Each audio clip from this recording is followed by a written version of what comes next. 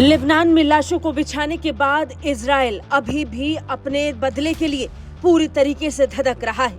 यही कारण है कि 3000 धमाकों के बाद इजराइल ने वॉकी टॉकीज और कई और इलेक्ट्रॉनिक उपकरणों में ऐसा धमाका किया कि फिर एक बार लेबनान पूरी तरीके से हिल गया।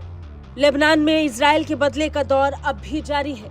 दुनिया भर में विरोध का सामना कर रहा इजराइल अभी भी अपनी बदले की आग में जल रहा है और अब भी साइबर अटैक को अंजाम दे रहा है। तस्वीरें बताने के लिए काफी है कि किस तरह पॉपकॉर्न की तरह लोग फट रहे हैं। उनके पास मौजूद इलेक्ट्रॉनिक उपकरण लगातार विस्फोट हो रहे हैं। ताबड़तोड़ विस्फोट से सिर्फ बेरूत ही नहीं बल्कि पूरी दुनिया थर्रा उठी है। इलेक्ट्रॉनिक उपकरणों में ब्लास्ट की घटनाओं में लेबनान में मरने वालों की संख्या लगातार बढ़ रही है।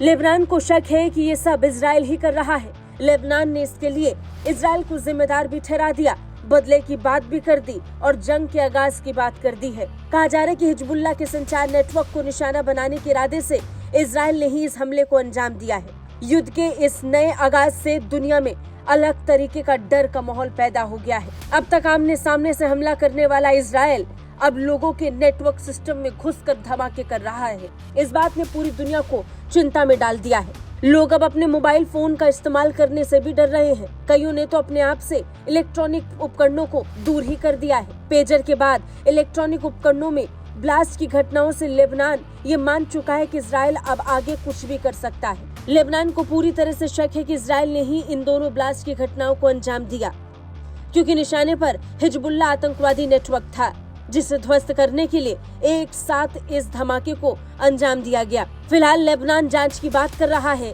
ईरान का समर्थन भी मिल रहा है, लेकिन इन सब के बीच इजराइल की तरफ से हमलों का सिलसिला अब भी जारी है। पेजर्स में ब्लास्ट के बाद रेडियो और वॉकी टॉकीज में ब्लास्ट की खबरों ने फिर एक बार लेबनान को टेंशन में डाल दिया है। लेबनान सरकार अब खुद इलेक्ट्रॉनिक उपकरणों के इस्तेमाल को लेकर लोगों को आगाह कर रही है।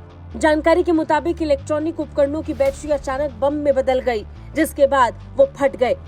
हर तरफ इन खबरों के बाद हाहाकार मचा है। सबसे बड़ी बात यह है कि दूसरे देश भी इसे समझ नहीं पा रहे कि इजराइल ने कब और कैसे कर दिया।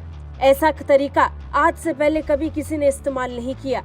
इजराइल ने इस तरीके को अपनाकर एक नए तरीके के युद्ध का आह्वान कर दिया है।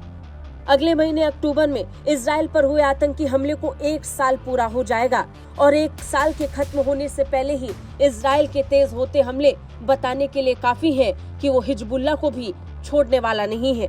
ब्यूरो रिपोर्ट, भारत तक।